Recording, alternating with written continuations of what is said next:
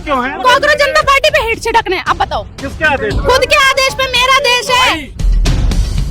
Youth के मुद्दों पे आप हिट छिड़कना चाहती हैं? यूथ के मुद्दे ही है। नीट पेपर लीक किसका मुद्दा है? 10वीं फेल बताएंगे क्या कि हमें कौन अनपढ़ और कौन पढ़ा लिखा है? इनसे डबल डिग्री है। देश को जो नेपाल बनाने की कोशिश कर रहे हैं। अगर देश नेपाल बन जाता है तो जिम्मेदारी तो अमित शाह की होगी ना। अमित शाह तो मजबूत गृह मंत्री है। सारे सुअरों को भगा के फेंकेंगे। और बताओ, थोड़ा बहुत आपको पढ़ने लिखने की जरूरत है रिद्धिमा, और शायद आप पढ़ी लिखी नहीं है, इसीलिए स्कूल आपका पता नहीं है। क्या बात करती है? मैं रिपोर्टर ही हूँ। रिद्धिमा आप यहाँ आई क्यों हैं? ये क्यों कौन है? आप यहाँ आई रिद्धिमा जी, रिद्धिमा आप आई क्यों हैं? कांग्रेस जनता पार्टी पे हिट छिड़कने। अब बताओ हिट कहाँ पे है? हिट अपने पास है। बताओ हिट किसके जिस टाइम पे राष्ट्र आदेश पर आए हैं?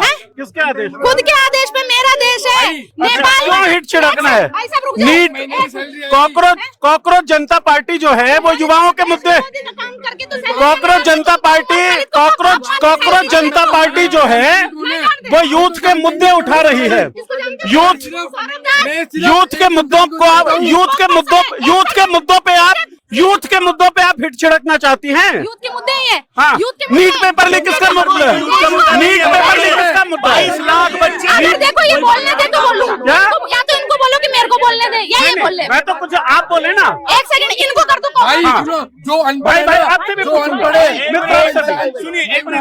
10वीं फेल बताएंगे क्या कि हमें कौन अनपढ़ और कौन पढ़ा लिखा है? इनसे डबल डिग्री है। पहली बात तो क्या बोल रहे हैं? सुनो मेरी बात। नीट पेपर लीक यूथ का मुद्दा है नहीं है? नीट पेपर लीक यूथ का मुद्दा है या नहीं है? बिल्कुल है।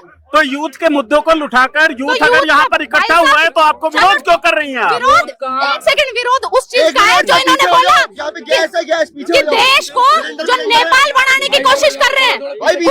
अगर देश नेपाल बन जाता है तो जिम्मेदारी तो अमित शाह की होगी ना। अमित शाह तो मजबूत गृह मंत्री है, उनसे नहीं रुक पाएगा क्या? कांग्रेसों की होगी। माइक नहीं है क्या? इन्होंने तो बोला कि बहुत सैली है, हम नेपाल बनाएंगे। तो हमारे होम मिनिस्टर साहब कमजोर आदमी है क्या? क्यों कमजोर है? तो आप इतना डर क्यों रही हैं? यूथ के मुद्दों पे सीबीएसई का अच्छे आदमी है, इसीलिए इन कांग्रेसों को परमिशन दे दी। रिद्धिमा गोगा मेडी से लेकर और जंतर मंतर तक आप थोड़ा नहीं पूरी तरीके से सांप्रदायिक नफरत फैलाती हुई दिखती है। मान लो कोई दिक्कत नहीं है, कोई दिक्कत नहीं। मानो कौन सी मस्जिद के अंदर मंदिर होता है? कौन सी मस्जिद के अंदर ब्राह्मण पुजारी है? बताओ मुझे, कौन सी मस्जिद के अंदर है? आपके लिए गोगा मेडी का इतिहास आपको पता है? गोगा मेडी का इतिहास मुझे पता है। आप तो राजस्थान से बताइए। जहारवीर गोगा जी महाराज मोहम्मद गजनवी से गोगा वीर एक सेकंड मोहम्मद गजनवी से युद्ध लड़ते हुए उनका पूरा का पूरा परिवार शहीद हुआ था। और अगर आप बोलते हो कि किसी ने इस्लाम कबूल कर लिया तो किसी ने इस्लाम कबूल कर लिया, तो अल्लाह को मानने वाला मूर्ति पूजा कैसे कर रहा है? नहीं, ये तो परंपरा चल रही है। आपको देश की रवायत से दिक्कत क्यों है? कुरान खुद आपको मुल्क के रवायत से दिक्कत क्यों है? यहाँ पे ये सब बातें हो ही नहीं रही जो कर रही हो। ठीक है। ये सब बातें हो रही है, यहाँ पे पढ़ाई की बातें हो रही है। दूसरी बात, यहाँ पे नीट की बात है, नीट पेपर लीक की बात है, सीबीएसई ओएसएम की बात है, जहाँ पे सरकार फेल रही है। कौन से मंदिर के कौन से मस्जिद में ब्राह्मण पुजारी है? स्कूल की बात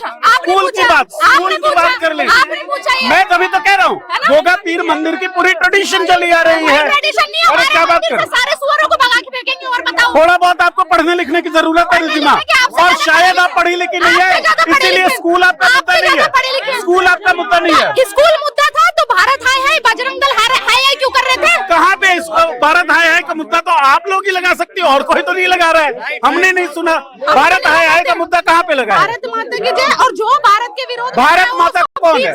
भारत माता कौन है रिद्धिमा? भारत माता इस देश की माता है। बोलो कौन है? देश है, इसको भारत माता की तरफ आपको पता है? ये जिस मिट्टी के अंदर दफन होते हो वो मिट्टी है। देश में अगर लोग नहीं रहेंगे तो भारत माता कौन होगी? भारत माता सड़कें हैं क्या?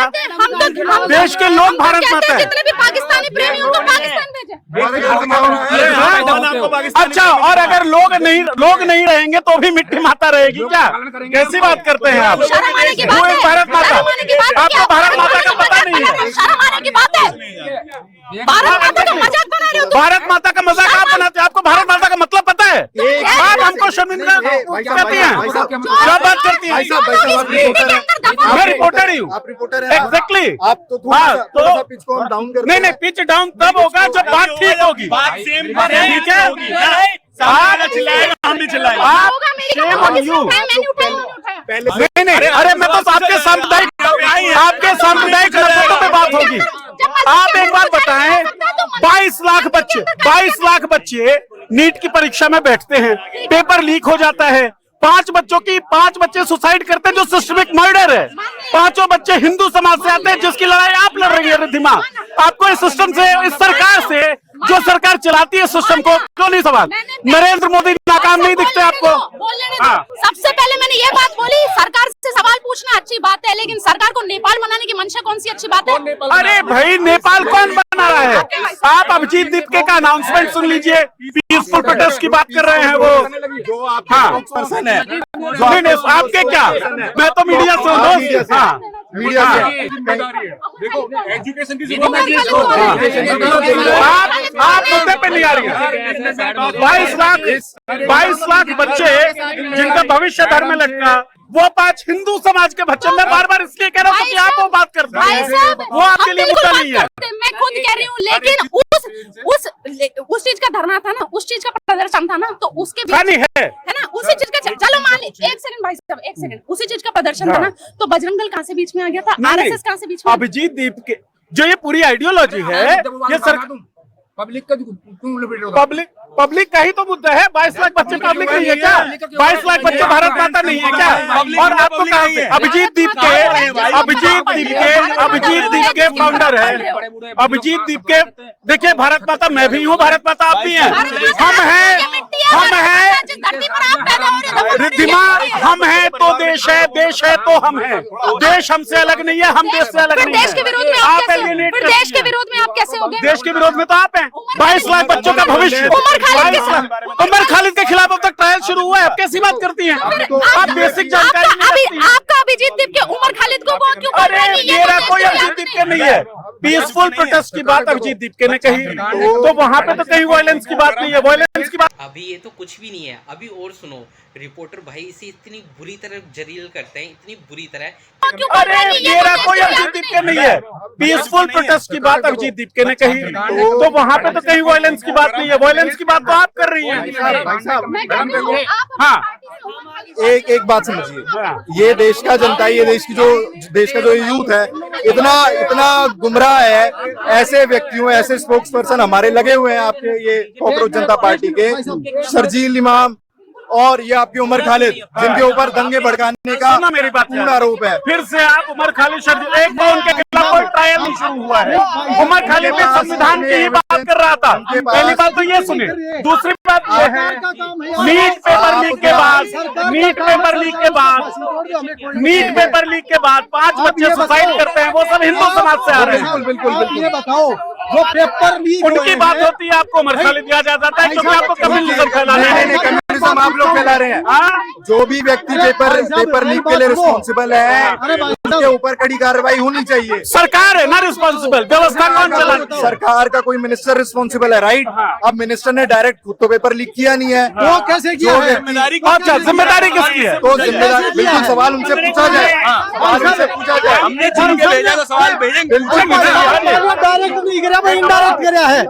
डायरेक्ट नहीं कराया है, इनडायरेक्ट कराया है।